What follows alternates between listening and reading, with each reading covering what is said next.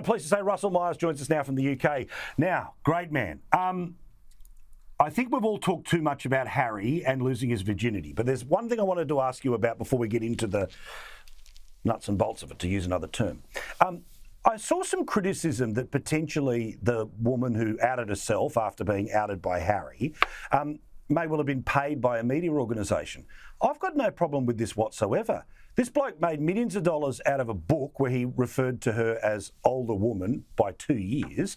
And as the internet has shown us, this story keeps going and going and going. I hope she got paid as much money as physically possible. Well, hello, Paul. I think you totally hit the nail on the head, because any sort of controversy surrounding whether Sasha Walpole was paid is frankly ludicrous, because Harry has earned millions and millions of dollars off the back of not only trashing his family, but pretty much using people who didn't want to be mentioned in his book. And one of these people is this lady, Sasha Walpole. She had kept this secret for over 21 years, as she said. Didn't tell anyone, and you can bet your bottom dollar if she had have ever spoken about it, then Prince Harry would have been bemoaning his treatment in the press. He would have said that his life, was being targeted, and you wouldn't have heard the end of it. So fair play to Sasha Walpole. I mean, she's probably earned a fair, sizable chunk. I mean, it's not pretty, inglorious is what Harry described it as, isn't it? And she said that she was sort of backed into a corner over it. So fair play to her. She's got her side out of it. So fair enough. And the bit that I am most intrigued about here is not necessarily the story, but the description of her as older woman. Everyone who heard it or read it thought, oh, geez, hang on, divorcee, 20 years the old enough to be his mum. No, 2 years. 2 years. That's not an older woman. That's a friend.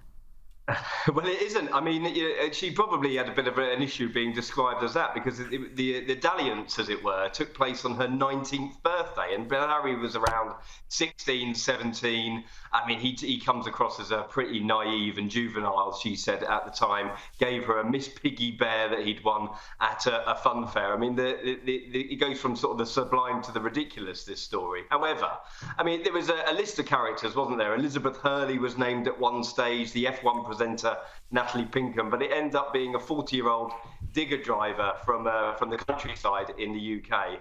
And like I said, fair play to Shasta, because she got her side of the story out there, and Harry hasn't got a leg to stand on from this point, I think.